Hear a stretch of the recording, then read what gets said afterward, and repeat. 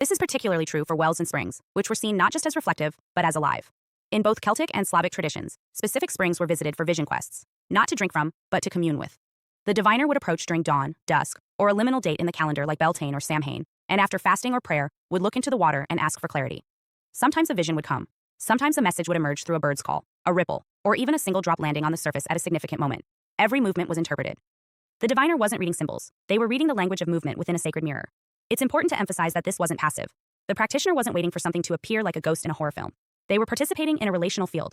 They were listening, watching, opening, not to control the outcome, but to create enough harmony in their own field that the water could respond without distortion. That's why in many traditional societies, water scrying wasn't done on demand.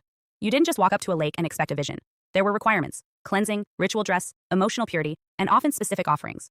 In Greek, Egyptian, and Persian traditions, milk, honey, or flower petals were added to the water before the session. Not just as a gift, but as frequency enhancers, substances that altered the energetic texture of the mirror. This wasn't superstition. It was field calibration. Water remains the most ancient, most mutable, and most emotionally honest of all reflective surfaces. It does not hold a fixed shape. It cannot be fooled by cosmetics or performance. It reacts to sound, emotion, environment, and thought.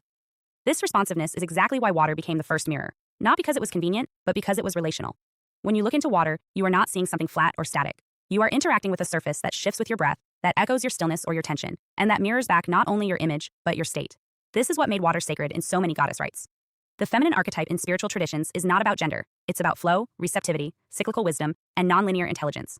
Water mirrors carried these qualities: soft yet deep, responsive yet elusive, silent but charged with memory. That's why lunar priestesses, water oracles, and temple seers all used bowls, basins, lakes, and springs as tools for consciousness navigation.